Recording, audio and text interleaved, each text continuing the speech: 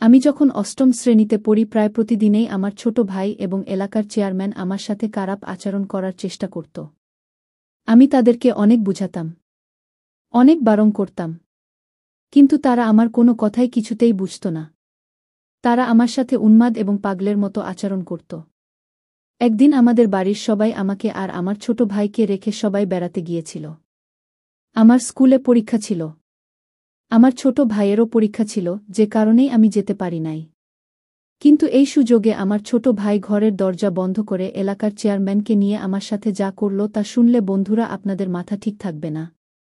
বন্ধুরা, গল্পটি অনেক মজাদার হতে চলেছে। আশা করি পুরো গল্পটি শুনলে আপনারা অনেক মজা পাবেন। আপনাদের কাছে আমার ছোট্ট একটা অনুরোধ, আপনারা যারা এখনও আমার চ্যানেলটি সাবস্ক্রাইব করেননি, দয়া করে আমার চ্যানেলটি সাবস্ক্রাইব এবং একটা লাইক করে সাপোর্ট করবেন। আমার নাম নীলুফা আক্তার জুই। আমি যখন ছোট তখন আমার বাবা মারা যায়। আমার মা অন্য জনকে বিয়ে করে। সেই ঘরেতে আমার ছোট একটি সৎ ভাই ছিল। ছোট ভাই সব সময় আমার সাথে খারাপ আচরণ করার চেষ্টা করত। ব্যাপারটা আমার কাছে ভালো লাগত না, আর আমি কাউকে ভয়ে কিছু বলতেও পারতাম না। আমার ব্যাপারটা আমি আমার মাকে বলি। মা উল্টে আমাকে গালিগালাজ করে। তারপর থেকে আমি ভয়ে কাউকে কিছু বলিনি।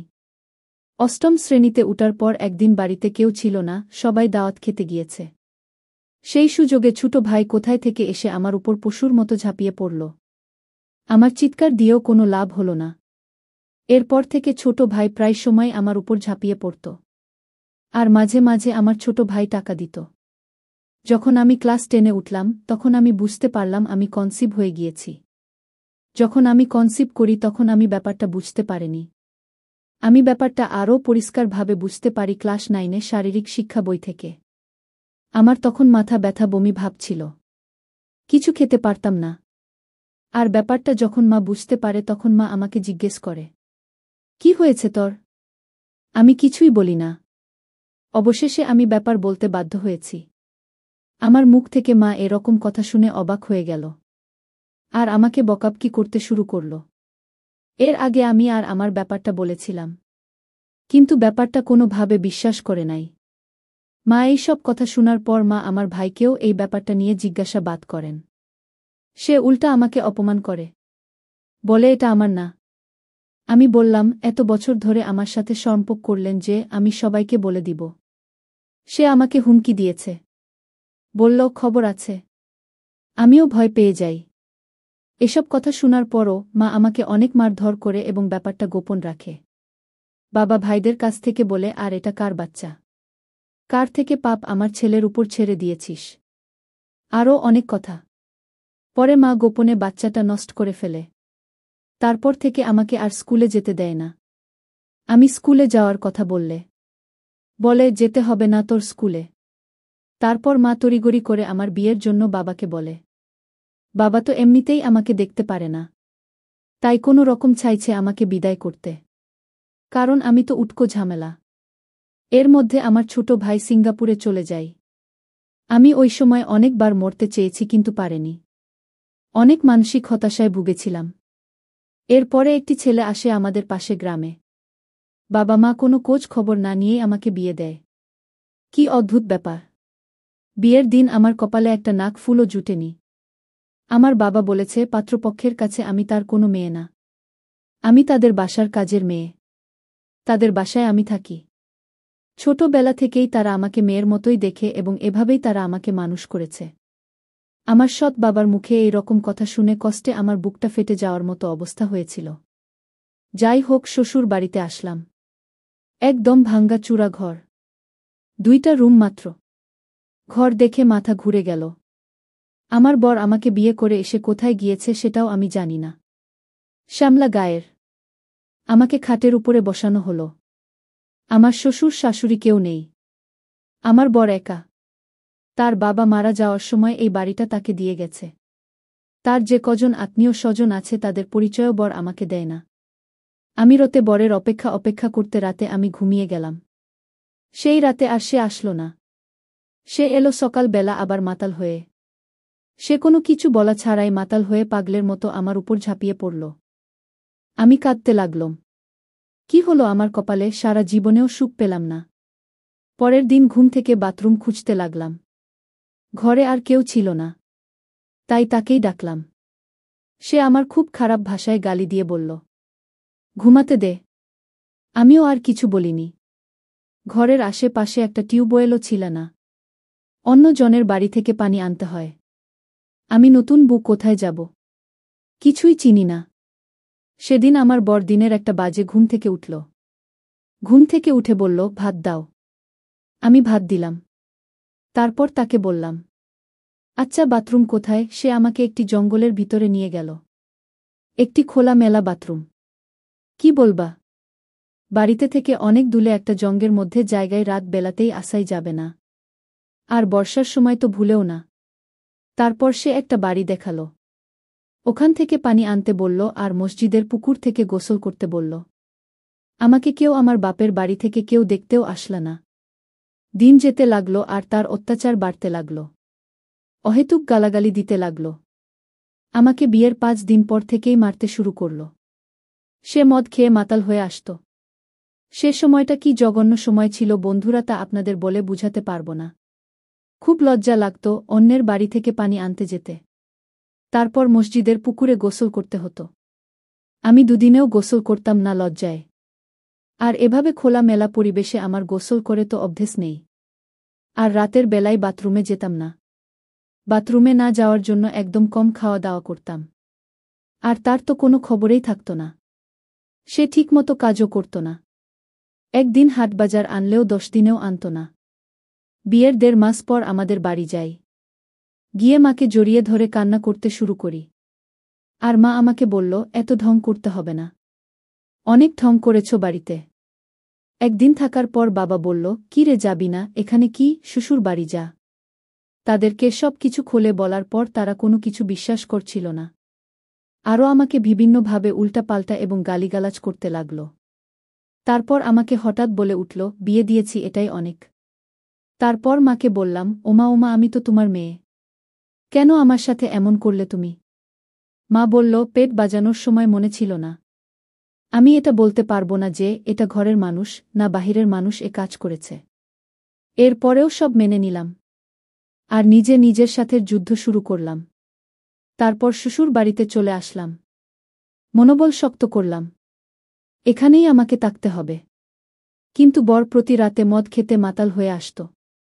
বিয়ের প্রায় 2 মাস পর চালের কথা বললাম। ঘরে চাল ডাল কিছুই ছিল না। চালের কথা বলার সাথে মারধর করত। কাজ করে গিয়ে খাগা। আমি বিয়ের 2 মাস পর থেকেই মানুষের বাড়িতে কাজ করতাম। তারা যা দিত চাল ডাল তাই খেতাম। আমার মা আমার একটি বারের জন্য খোঁজ খবর নেয়নি। মানুষের ধান যারা, ঘর ধোয়ামুছা এবং দাসির কাজ করতাম। আর এতে তারা যা দিত তাই খেতাম। কারণ আমার বর ঘরে হাট বাজার আনত না। আর সে কোনো কাজও করত না। বিয়ের দিন আমার বাপের বাড়ি থেকে 1 জোড়া কানের ফুল আর গলার চেইন দেয়। একদিন বিকেল বেলায় এসে বলে, তোমার চেইনটা দাও তো। সাধারণত সে বিকাল বেলা বাড়ি থেকে কখনো আসে না। আমি সরল বিশ্বাসে তাকে চেইনটা দিয়ে দিলাম। কারণ সে তো আমার বর। আর এই দুনিয়াতে সে ছাড়া আমার তো আর কেউ নাই। তাকে বিশ্বাস করার ছাড়াও তো কোনো উপায় নাই। সে যখন মাতাল হয়ে বাড়ি ফিরল, আমি তাকে কিছু বললাম না। পরের দিন সকালে চেইনের কথা জিজ্ঞাসা করতেই আমাকে বলে, তোর বাপের বাড়ি থেকে আমাকে 1000 টাকা ছাড়া আর কি দিয়েছে। আমিও মার খেয়ে পড়ে রইলাম। কি বলবো, কিছু বলার শক্তি এবং সাহস কোনাটাই ছিল না আমার। আর প্রায় সময়ই সে আমাকে যৌতুকের টাকার জন্য অত্যাচার করত। না পারতাম বাঁচতে, না পারতাম মরতে। মানুষের বাড়িতে সারাদিন কাজ করার পরও ঘরে এসে কাজ করতে হতো। রান্নার জন্য লাকড়ি এবং গাছের পাতাটাও আমাকে খুঁজে আনতে হতো। সে একদিন কাজে গেলেও 10 দিন যেত না। আর মদ খেয়ে সব শেষ করে ফেলত। আমার কানের দুল 2টি লুকিয়ে রাখলাম। এরপর একদিন সে একটা বন্ধুকে নিয়ে আসে।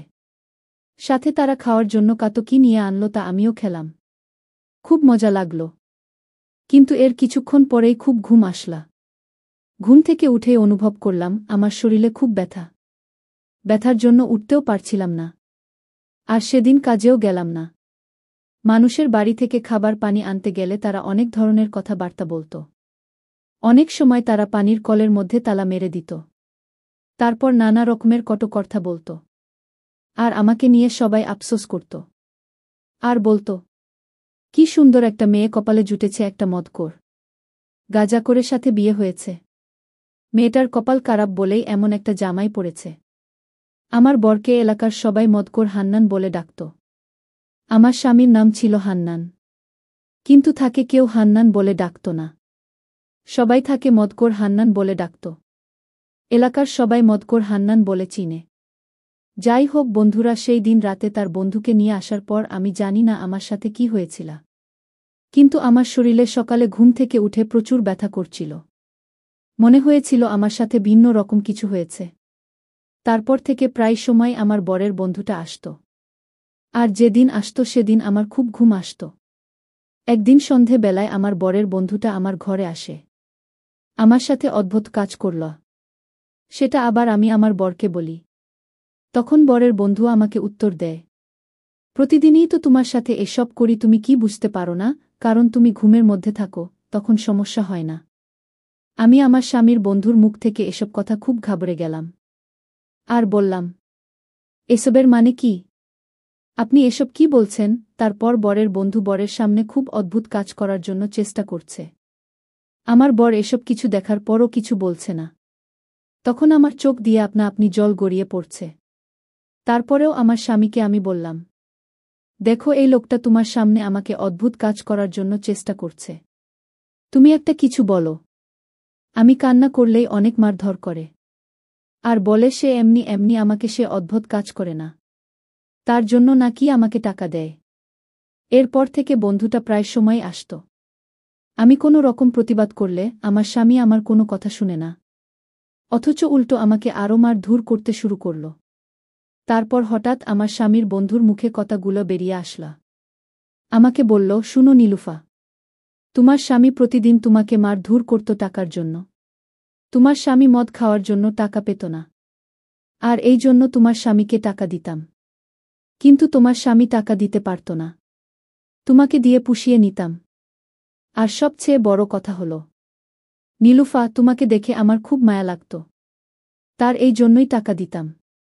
বিনিময়ে তোমার কাছ থেকে আমি একটু সুযোগ সুবিধার আশা। তুমি এমন করো কেন নীলুফা? একটু মজা করে তো চলে যাব। আমার তো আর কোনো উপায় ছিল না। তারপর আমার বাধ্য হয়ে তার সাথে এমন অদ্ভুত কাজ করতে হয়েছে। কিছু দিন পর দেখলাম আরও নতুন নতুন লোকের আগমন। বিষয়টা আমার কাছে খুব খারাপ লেগেছিল, কিন্তু আমার তো আর কোনো উপায় ছিল না। বাধ্যতামূলক হয়েই আমি ভিন্ন জগতের প্রতীক হয়ে গেলাম। মানুষ থেকে অমানুষে পরিণত হলাম। আমাদের বাড়ি ছিল গভীর জঙ্গলের ভিতর। প্রতিদিন আমাদের ঘরে নতুন নতুন মানুষ আসত ভিন্ন রূপে। অনেক ছড়াছড়ি হতো আমার ঘরে। তারপর আমায় আমার স্বামী বলল, এভাবে টাকা জমালে 1 বছরের মধ্যে টাকা জোগাড় হয়ে যাবে। সেদিন নিজের উপর অনেক ঘৃণা চলে আসলো। তা বলার মতো না। এরকম অমানবিক অত্যাচার কত সহ্য করা যায়? প্রতিদিন 3 থেকে 4 জন আমাকে হায়েনার মতো অদ্ভুত কাজ করত। মনের দুঃখে ঘৃণায় তাদের এখান থেকে চলে আসলাম। আমার বাড়ির পাশে এক চাচির অনেক অসুস্থ থাকায় তাদের বাড়ি কোনো রকম রাতটা থাকি। সেই রাতে গ্রামের চেয়ারম্যানের লোক এসে আমার স্বামীসহ সবাইকে ধরে নিয়ে যায়। আর জুয়া খেলার জন্য অনেক মারধর করে। সেটা আবার আমি শুনি। চেয়ারম্যানের লোকেরা তাকে ধরে নিয়ে যায় আর মারে। তখন আমি চেয়ারম্যানের কাছে ছুটে যাই। চেয়ারম্যান টাকা চায় আমার কাছে। আমার স্বামীর বন্ধুদের ছেড়ে দেয়, কারণ ওরা চেয়ারম্যানকে টাকা দিয়ে দেয়। আমার কাছে 1 লক্ষ টাকা চাইল, কিন্তু আমার কাছে তো এত টাকা নাই। এরপর কানের দুল বিক্রি করে টাকা দিয়ে ছাড়াই, কারণ সতে হলেও তো আমার স্বামী। সে ছাড়া তো এই জগতে আমার কেউ নাই। চেয়ারম্যানের লোকজনের হাতে মার খাওয়ার পর অনেক দিন অসুস্থ ছিল।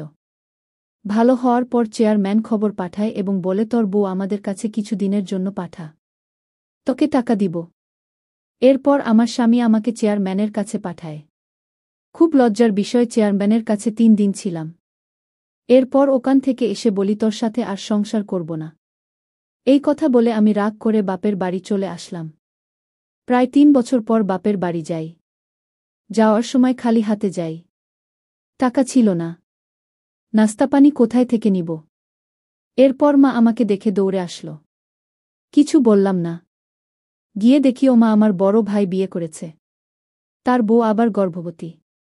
সে আমার মাকে জিজ্ঞেস করছে, মা ও কে? তখন মা উত্তর দেয়, আমাদের ঘরে কাজ করত। মা আমাকে নিজের মেয়ে বলে পরিচয় দেয় না। এরপর মা আমাকে বলে, দুপুরে খেয়ে যাবি নাকি এখনই চলে যাবি? আমি আর কিছু বলিনি। সুর বাড়ি চলে আসি। স্বামী আমাকে খুব মারে আর বলে, মা তো তোরে জায়গা দিল না। গেলে কেন? আমার ঘর ছাড়া তোর আর কি কোথাও জায়গা হবে? আরও অনেক বাজে ধরনের গালিগালাজ করল। সেই রাতে মরতেও চেয়েছি কিন্তু সাহস পাইনি। গ্রামের সবাই মুঠামুঠি আমাকে খারাপ বলত। কেউ আমার সাথে মিশতে চাইতে না। আর এদিকে আমার স্বামী বাড়ি বন্ধক দিয়ে চৌধুরী বাড়ির কাছ থেকে টাকা নিয়ে এসেছিল 1,00,000 টাকা। চৌধুরীর বাড়ির লোকেলা আমাকে অনেক গালিগালাজ করে। আর বলে গেল খুব তাড়াতাড়ি টাকা দিয়ে দিতাম, নইলে আমাদের বাড়ি দখলে নিবে। স্বামী আসল। আমি জিজ্ঞাসা করলাম, চৌধুরীদের টাকা দিলেন না? স্বামী বলল, জুয়া খেলা খেলে টাকা হেরে গিয়েছি। টাকা নেই, কোথায় থেকে টাকা দিব? সমস্যা নাই, আজকে 10-12 জন আসবে। 10 করে দিলে 1,00,000 মতো হবে। তুই শুধু 3 দিন একটু কষ্ট করবি, তাদেরকে একটু ভালো করে খুশি করবি। বিশ্বাস করেন বন্ধুরা, সেই রাতে অদ্ভুত কাজের জন্য অমানবিক শিকার হয়েছি। আমি অসুস্থ হয়ে পড়ি। আমার অসুস্থতা দেখেও আমার স্বামী নামের অমানুষটা 3 দিন পর আরও 4 জন নিয়ে আসল। তারা কোনো কিছুই মানল না। অনেক কেঁদেছি, চিৎকার করেছি, তার মধ্যে কেঁদেছি বলে অনেক মারও খেতে হল। আমার স্বামী মদ খেয়ে মাতাল, সে কি বুঝবে? তারপর আর জানি না, শুধু জানি আমি নিজেকে হাসপাতালে পেলাম। হাসপাতালে এক নার্স বলল আমাকে নাকি রাত 3টা বাজে হাসপাতালে নিয়ে এসেছে। অজ্ঞান অবস্থায় আমার স্বামী আসলো, তখনও আমি কথা বলতে পারছিলাম না। সে আমাকে বলল, নাটক করছি, আমার সব টাকা শেষ করে দিচ্ছিস। আমার স্বামীর কথা শুনে আমি কেঁদে দিলাম। আর বললাম, তোর বিচার আল্লাহই করবে। একদিন তুই আমার জন্য পাগলের মতো রাস্তায় রাস্তায় ঘুরবি। সন্ধ্যার দিকে অবস্থা আরও খারাপ হয়ে গেল। তারপর আমার স্বামী এবং বন্ধু মিলে আমাকে খুব তাড়াতাড়ি করে ঢাকা হাসপাতালে পাঠায়। ঢাকা হাসপাতালে ভর্তি করে। ঢাকা মেডিকেলে ভর্তি হওয়ার খবরটা আমার মা পেল। আমার মা এসে এক নজর দেখে চলে গেল। আমার অবস্থা আস্তে আস্তে উন্নতির দিকে। আর এই আমার স্বামী এবং স্বামীর বন্ধুরা ভেবেছিল আমি মারা যাব ভেবে, আর কোনোদিন আমার স্বামী এবং স্বামীর বন্ধুরা আমার সাথে দেখা করিনি। শেষ পর্যন্ত স্বামী এবং স্বামীর বন্ধুরা সবাই পালিয়েছিল। আর এইদিকে আমার মা যে একবার দেখে চলে গিয়েছিল আর কোনো খোঁজ খবর নেয়নি। এভাবে ঢাকা হাসপাতালে 20 দিন থাকার পর আমি আস্তে আস্তে সুস্থ হতে শুরু করলাম। আল্লাহর রহমতে আমি আস্তে আস্তে পরিপূর্ণ সুস্থ হয়ে উঠলাম। সুস্থ হয়ে নিজের পায়ে দাঁড়াতে চেষ্টা করলাম। নতুন করে জীবনটা সাজাতে চেষ্টা করলাম। সম্পূর্ণ রুমে ভুলে গেলাম আমার অতীত। কিন্তু ভাগ্যের কি নির্মম পরিহাস! আমার এরকম দুঃখটনার দিক 2 বছর পর আমার ভাগ্য পরিবর্তন হয়ে যায়। ঠিক এমন সময় আমি একটি সংবাদ শুনলাম, যা শোনার পর আমি আনন্দে নাচতে শুরু করলাম। কারণ আমার স্বামী এরকম দুঃখটনায় রাস্তায় পড়ে আছে। তার প্রতি আমার মনে ভিতর এক ঘৃণার জন্ম নিয়েছিল। আমি তার লাশটা পড়ন্ত দেখতে যাই নাই। একলা জীবন নিয়ে বেঁচে আছি। বন্ধুরা, আপনাদের দোয়া এবং ভালোবাসায় আমি অনেক সুখে আছি। এরকম পাষাণ স্বামী থাকার চাইতে না থাকাই ভালো। আমি আমার সমস্ত বোনদের আর মেয়েদের বলছি, তোমরা যদি বৈবাহিক জীবনে সফলতা অর্জন করতে না পারা, তাহলে সেটা ভুলে গিয়ে অন্য রাস্তা বেছে নেওয়া উচিত। এমন একটা রাস্তা চেছে নেওয়া উচিত যেখানে তোমরা সফলতা পাবে। গল্পটি শুনে কেমন লেগেছে বন্ধুরা কমেন্ট করে জানাবেন। যদি গল্পটি শুনে ভালো লাগে তাহলে এরকম ভিডিও পেতে হলে চ্যানেলটি সাবস্ক্রাইব করে পাশে থাকুন। ধন্যবাদ।